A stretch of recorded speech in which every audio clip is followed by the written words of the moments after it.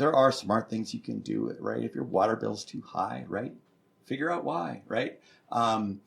You know, you can even argue property taxes, right? I mean, we work with some great lawyers. If the property taxes are unfair, you don't have to accept that, right? If they're truly unfair. If the fact you don't like pay property taxes, that's on you, right? But if your actual property is off, I've won those when you fight them. I mean, there's a process for all that, and you got to just not be afraid and know the right contacts. But the normal is like what I said. It's looking at long term, because maybe there's an addition, a repair, something major, some kind of capital improvement you can do that will pay itself back in 3 years. So for 3 years, it might not be great, but year 4, 5, 6, right? It's gravy. So if you can think that long term, I have a good example. I had a 20-unit building I had bought in Baldwin, Wisconsin, and unit 20 was studs in concrete. It had flooded once with the previous owners, and they didn't want to spend the money to do anything about it. And I'm sure they just looked at it as like, this is $20,000. And that's a good chance to explain to people. I'm like, okay, so the rent's $1,000.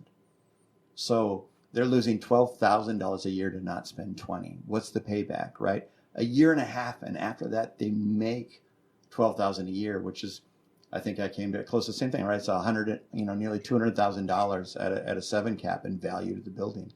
So of course I did that, and then I sold the building, right? I mean, why wouldn't you do that? So it's in summary, right? You got the easy, right? Raise rent, make sure your market, be fair.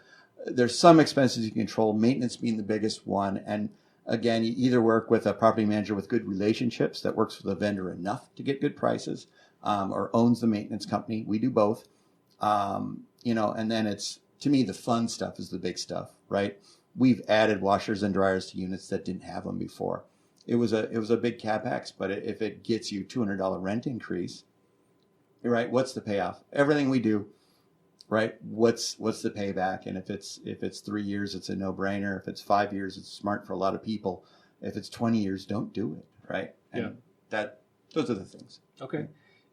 Diving into one of those areas, the utilities, what do you recommend as a way to really analyze, say, your water bill or just everything combined to make sure that you aren't losing something? Yeah, and it's I see now I got so funny story. See, I have my property that not only did I find out was flooding a couple days ago, right? And you got to deal with that.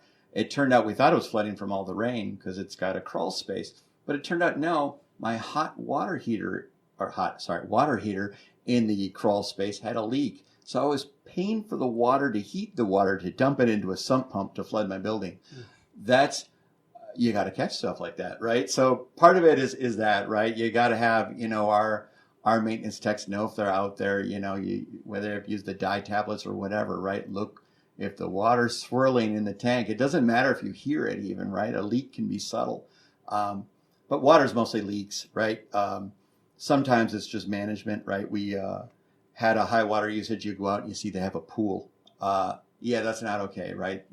Back to understand your lease. You can't just use the owner's water to fill your pool, plus the insurance liability of the pool, right? Not a kiddie pool, bigger pool, right? Want to hear more on this topic? Click the link below for the full episode of Maximizing Your Property Value.